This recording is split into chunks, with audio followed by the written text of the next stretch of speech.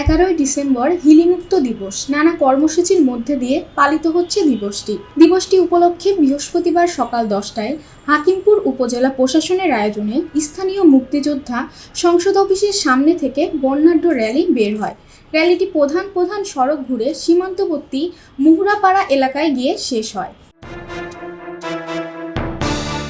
পরে শহীদ ভারতীয় মিত্রবাহিনী ও মুক্তিযোদ্ধাদের স্মরণে নির্মিত সম্মুখ সমর স্মৃতিস্তম্ভে ফুল দিয়ে শহীদদের প্রতি শ্রদ্ধা জানানো হয় ও নিহতদের স্মরণে দোয়া অনুষ্ঠিত হয়।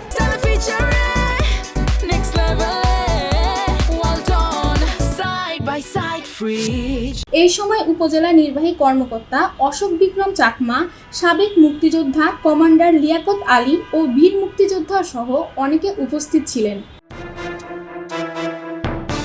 1971 সালের এই দিনে ভারতীয় মিত্রবাহিনী ও মুক্তিযোদ্ধারা হিলিতে পাক সেনাদের বিভিন্ন আস্তানায় আকাশ ও স্থলপথে একযোগে আক্রমণ চালায়। প্রচণ্ড যুদ্ধের পর 7 নং সেক্টরের আওতায় হিলি শত্রু মুক্ত হয়। এ সময় এখানে পাক সেনাদের সাথে সম্মুখ যুদ্ধে 345 জন ভারতীয় মিত্রবাহিনীদের সদস্য ও 1.5 শতাধিক নাম না জানা মুক্তিযোদ্ধা শহীদ হন।